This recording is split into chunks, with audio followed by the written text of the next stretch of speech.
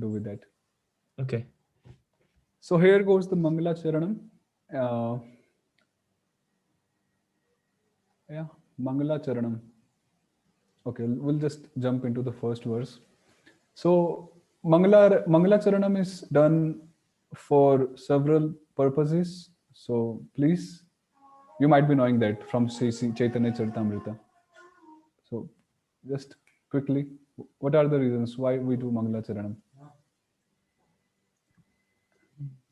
To notify the subject, to indicate the subject of the verse, the adhikari, also. And what more? Um, One is to Vastu, what you told Vastu right now. Nirdeshatmaka. That's what that is. Vastu Nirdeshatmaka, to indicate the subject. Then Second, to indicate the adhikari, to indicate the purpose of the work, because that's different than the Vastu Nirdeshatmaka, right?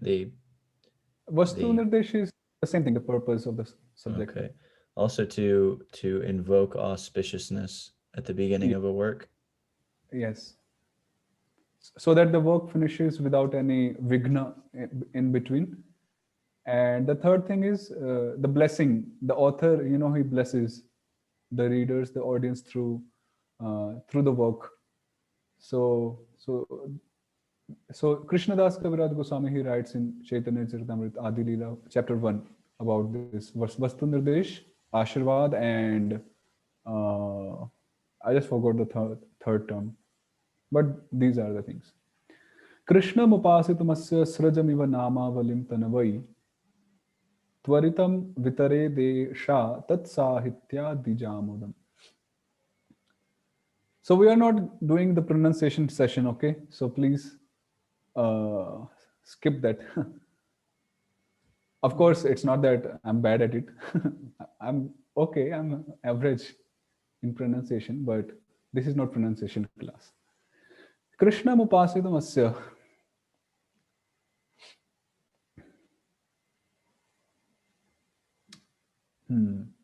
Krishnam upasitum. To worship Krishna. Asya. Asya meaning Krishnasya. I'm just, going through the shloka. I'm not looking at all these things. To worship Krishna, what is being done? Asya arthat Krishnasya namavalim, the various names. Avali basically means a series of something, a sequence of something. So a series of the holy name of Krishna, asya namavalim, srajam iva tanavai. Srajam means a garland, and tanavai means to mm, tanu vistare, to expand, or to what does it say here? Yeah, compose will be the right word. Yeah. So to worship Krishna, Jiva Goswami is saying he is compiling or composing the various names or the series of names of Lord Krishna into a garland like. Iva stands for a metaphorical usage. You know, it's not that Jiva Goswami is literally taking the names and written on some paper and he's just, binding them all together. Like you see in India, in marriages, they have the garland of money, if you have seen. They literally bind money together and they put it into the neck of the bride or the groom. I think groom, it's the groom. So it's a metaphorical usage that the names of Lord Krishna are compiled together. Basically, the concept is it's compiled together like a garland. And what is the reason? Tvaritam vitaret.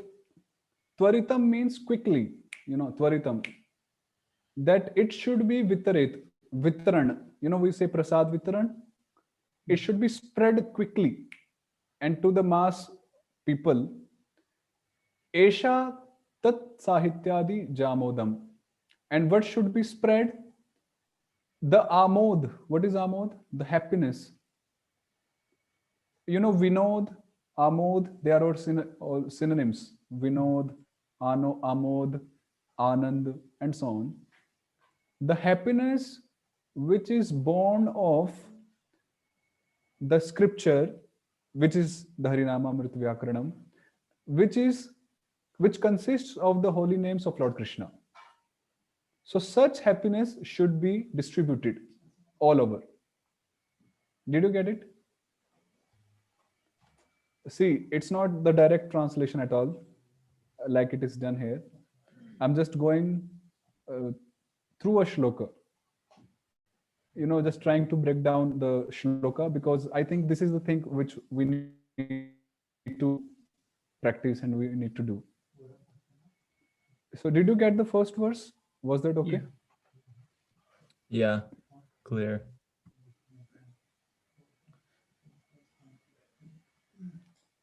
Then comes the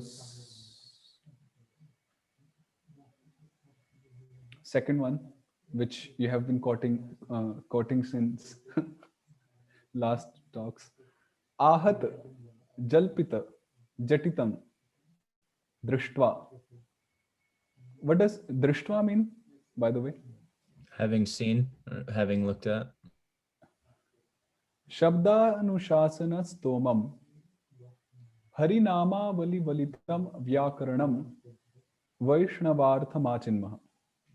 So Jiva Goswami is continuing his Mangalacharanam that Shabdanushasana stomam. There are many other systems of Vyakarana, of Sanskrit grammar, which had been introduced prior to Jiva Goswami, like Panini, Katantara, and so on. So, but what the problem was, according to Jiva Goswami, that Jatitam, we say Jata, Jatadhari. So Jatitam and Jata, they have a same root, verbal root, the dhatu. you know, Actually, Sanskrit is such a language. Many words, they are correlated, interrelated. We just need to figure them out and, put them together. So Jata is a lock of hairs where the hairs are so tightly combined, I'll say, that it's very difficult to, get them apart. They are sticky and they are just tied together and they can't be undone, so to say. Similarly, the system of grammars except Harinamamrita Vyakaranam, they are so complicated, their rules, their usages of terminologies, their usages of different concepts, different principles, different so many things, that basically they become like the Jata. They're so like khichdi. I'll say khichdi, iskon, and khichdi. They are very synonymous. So, and Jiva Goswami really says it's like a jalpita. It's like prajalpa. We say prajalpa in NOI. So same prajalpa and jalpita, the same thing. And because it is devoid of Krishna's holy name, uh, so that is basically like the prajalpa, nonsense talk. And what does it do? It is ahata. In Hindi we say ahata. Ahata means aghat. You know the word aghat? Aghat pahunchna. To get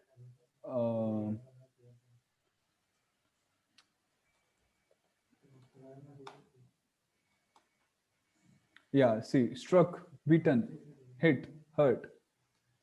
That the people prior to Jiva Goswami's compilation of Harinamamrita, they are struck, they are beaten, they are hit, they are hurt by the nonsense talks, nonsense like talks, which are like Jata, which are just mixed up and doesn't make much sense to the people in general, of other systems of grammars.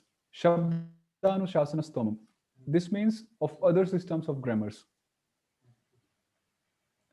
So after seeing this, then Jiva Goswami compiled Achinmaha. Achinmaha means he compiled vyakaranam, the grammar. What kind of grammar? Harinama Vali Valitam. The system of grammar which is endowed, which is combined, or which is basically made up of with the use of the holy names of the Lord. And for whom?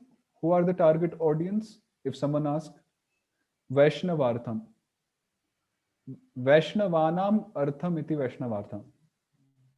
For the sake of the Vaishnavas. Jiva Goswami doesn't say Shaivartham for the devotees of Shaiva or Shaktartham for the devotees of Shakta, because it's not that only Vaishnavas study grammar. There are many sects where people study grammar, the Shaivites, the Shaktas, and many others. So Jiva Goswami could have written Manushya Artham. He could have written, as a general thing, that for all the Manushyas, all the people in general, I'm writing. But no, he's making it very clear that he's doing it for Vaishnava Artham. That I'm specifically compiling this grammar for Vaishnavas. So it becomes our duty, those of us who are joined or who are in touch with Gaudiya Vaishnavas, that we study the system of grammar generously composed by Jiva Goswami. If Jiva Goswami had given the time he spent in compiling Harinamamrita into compiling anything else, maybe a scripture which was like more intimate, describing the intimate pastimes of Radha and Krishna, Ashtakaliya Leela, and so on. He could have done that, even, but he took his precious time out just to compile this grammar. So it must mean something, really heavy to us. Otherwise, he could have spent the same time, the same amount of time in compiling some more relishable, intimate pastimes of Lord Krishna and so on. But he spent out some time, took out some time to compile this. So we should be grateful, and we should, must, and have to study. We should, we must, and we have to. Yeah, so there is no other way, there is no other way, and there is no other.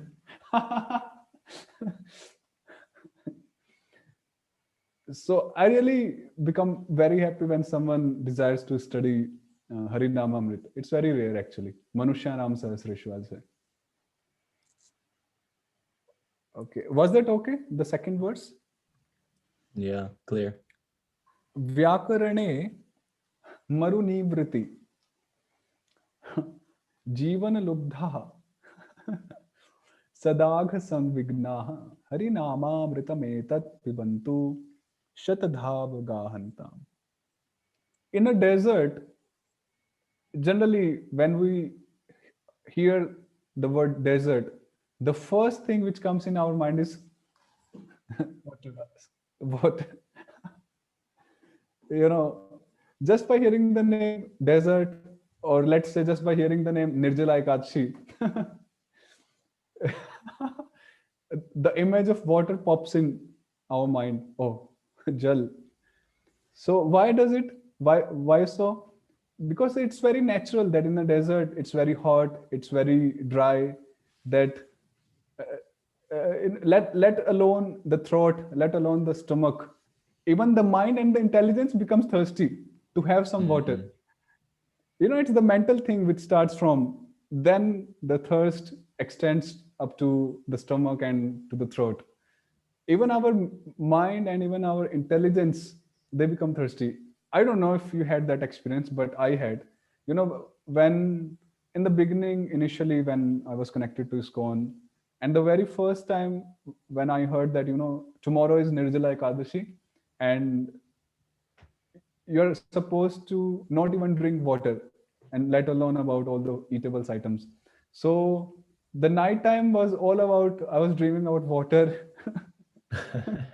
And so I was like, wow. So if you think the mind is thirsty, not the throat, because before going to sleep you had drunk, a lot of water and so on, but still your mind became thirsty.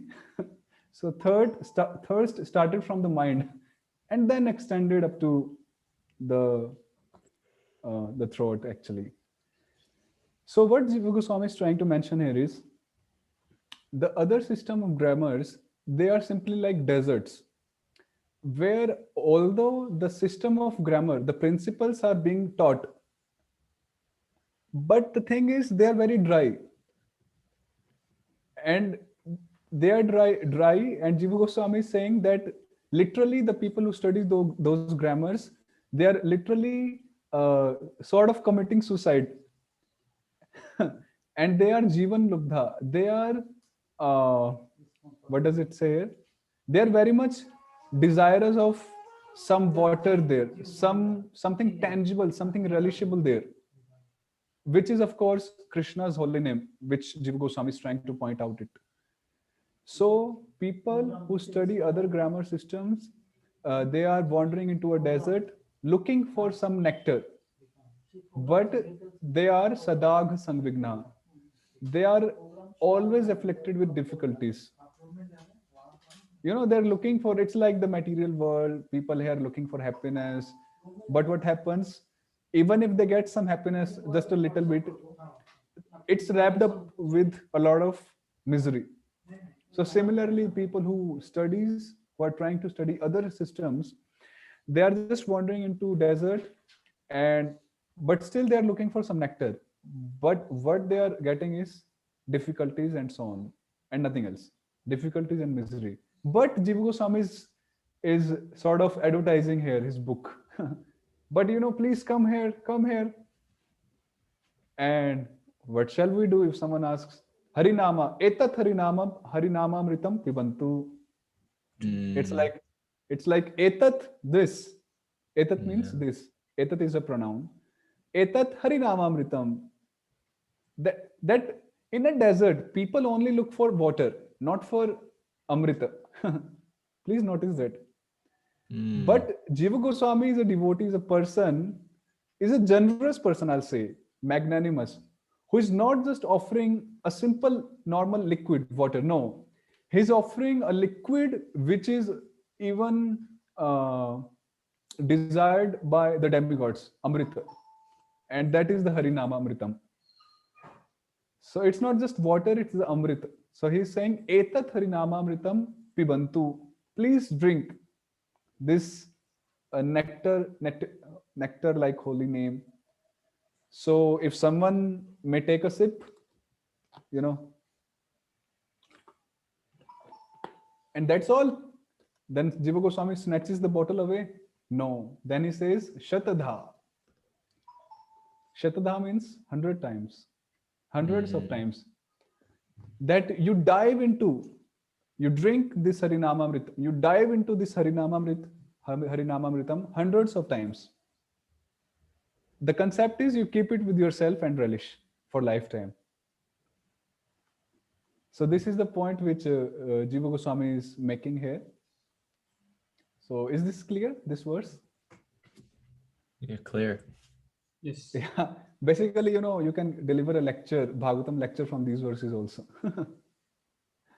They're so full of philosophy, and it really makes a lot of sense.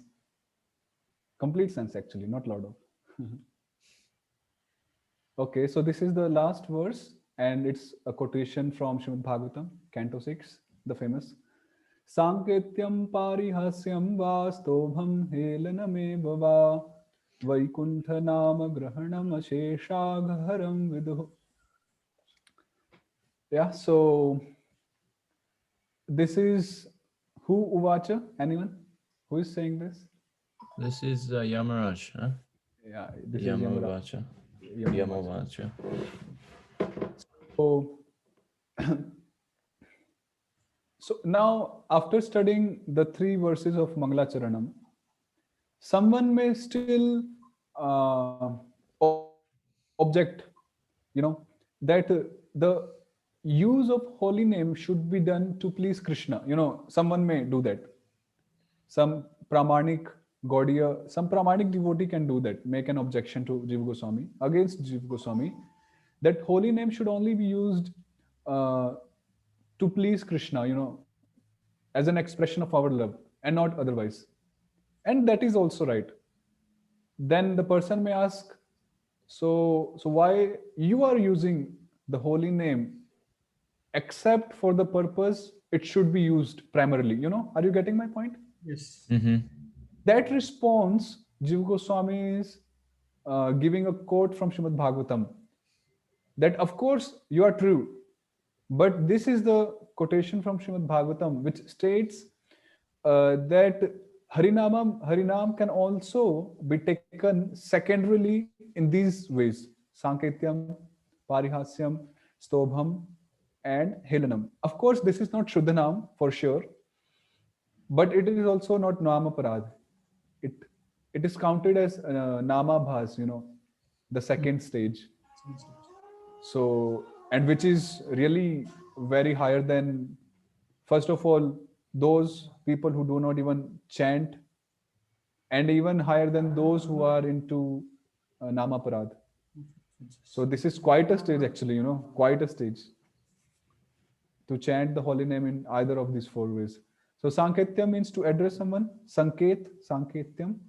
Parihasa means in joking way, in a jolly mood while joking. Stobham means, I think Stobham in musically. I don't know in West. In West, like maximum if they use God's name in any music, the maximum, uh, the name which they will use maybe is God or something like that. But in India, in music they use the names of even Krishna, even Radha Rani. I'm not talking of the bhajans and all. I'm talking of the Bollywood songs. When they write their lyrics, so some songs I've noticed, uh, which were controversial, of course, they would use Krishna's name, Radha's name, and so on. So musically when we do this. And Helanam means when we neglect someone, or when we bejati karna, how do we say it in English, defame someone, Like so criticizing them. okay, criticizing is the word. When someone is criticizing someone, like haram, if you have heard of that term, Muslims mostly use that word, haram, haram jada. I don't know if you know that word, but so haram is a bad word actually. uh, it's a it's an abusive word, but even there, her stands for hey, vocative address, and Rama stands for Lord Rama or Balram. So Chaitanya Charitamrita says that even though a Muslim chants haram, so that utterance of harama will be counted as helanam, which means nama bhas.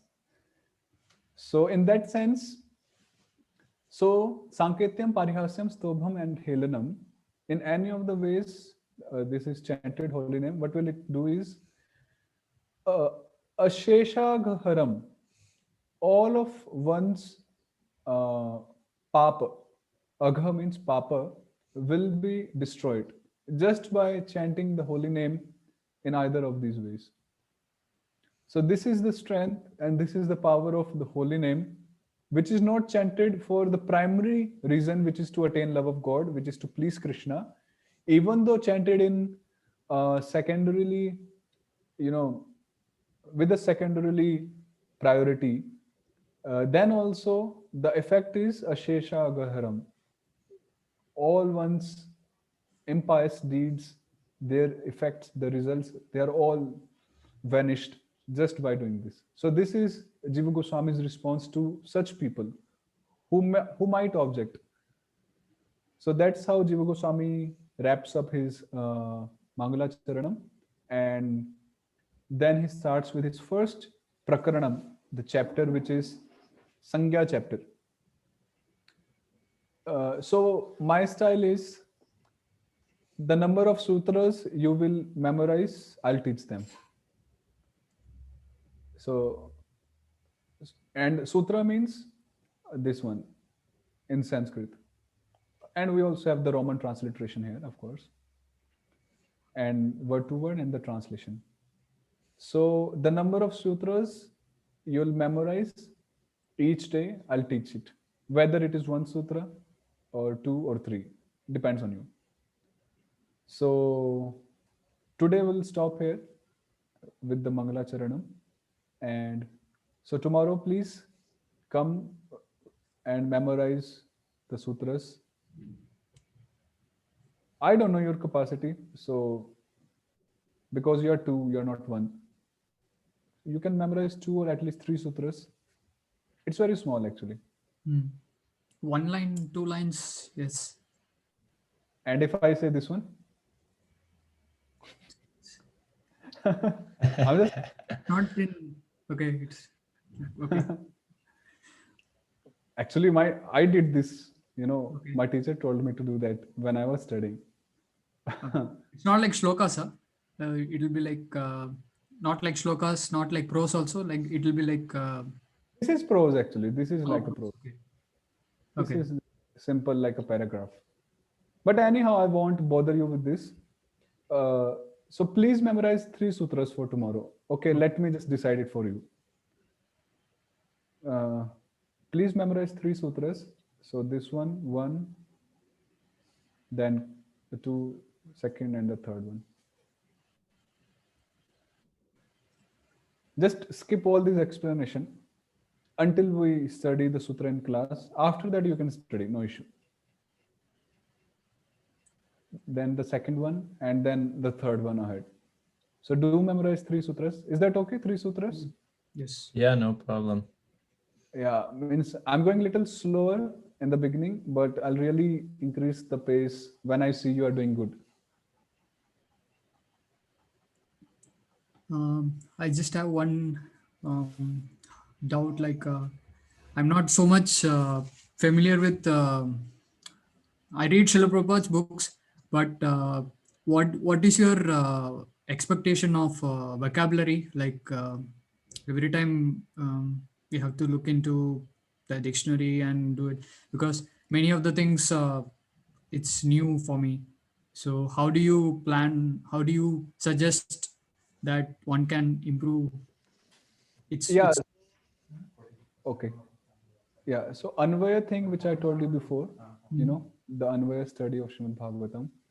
So that part I'm purposefully including, keeping in mind one thing which you are mentioning about the vocab, because when we do the Anvaya part, so naturally we'll be studying the shloka, and in the shloka we'll be studying the vocabulary actually. So I think that will help you a lot, from vocabulary point of view. So, and apart from studying vocabulary Anvaya in the class, so I don't know which book or in which sequence you read Prabhupada's books, but whatever you read, either Bhagavad Gita, Bhagavatam, or Chaitanya Charitamrita, please don't skip the word meanings, because generally devotees tend to skip the word meanings. They generally skip, but please don't skip, because Prabhupada really gave a lot of emphasis and time doing all those word meanings for each shloka, which is quite a thing actually. See, Prabhupada had a great desire to finish Srimad Bhagavatam in his life, but he could not. If he had skipped the word meanings from Srimad Bhagavatam, he had easily completed Srimad Bhagavatam purports. Is it or not? yes. Yeah, that's true. So he gave a lot of emphasis, energy, and time in compiling and in doing the word meanings. And I know how much time does it take for compiling the word meanings. So he would have completed Srimad Bhagavatam, the purports actually, his dream project, which he unfortunately couldn't, and his disciples continued. So please don't skip and very carefully study the word meanings. Okay. And you can, mark it, make a diary, whatever it is. So just increase your reading diet, I'll say. Okay. So you read 1 hour, so you'll just remember what you read, afterwards, 20%, 30%. So gradually, when you read the same words again and again, so then that word registers in your mind. It's not just by one reading. When you read the same word again and again in different shlokas at different places, then at some point of time that word registers in your mind. It's not just by one reading. So it basically needs a lot of reading. So just increase your reading diet, I'll say. This is a good term, right? Reading diet. Yeah. Anyhow. Yeah, so we'll just stop here for today and we'll start tomorrow with the both grammar and the Anvaya part. Yes. Anything to be added from your sides? That's it. Sounds good. I'm excited. We're doing same time tomorrow. Is this going to be our regular time? Like for me, 8 p.m. is okay. I don't know about you both of you. For me, it's fine. Yeah, it works out perfectly for me. I was doing a class before on some other kind of more basic stuff, and that had me getting up at 5 in the morning. Or not getting up, but having to be ready for that at 5 in the morning and work my morning program around that because it was also coming from India. So yeah, this is like perfect. Yeah, time you choose, but I just expect that you be alert, you know, during and while the class is going on. And of course, you take that much, you learn that much, which you can digest, and you work on afterwards.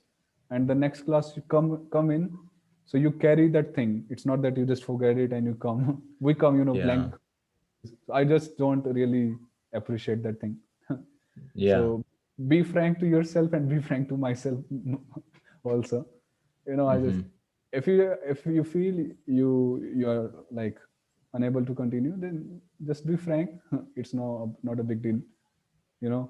At some point of time, I hope that time doesn't come for anyone. Mhm.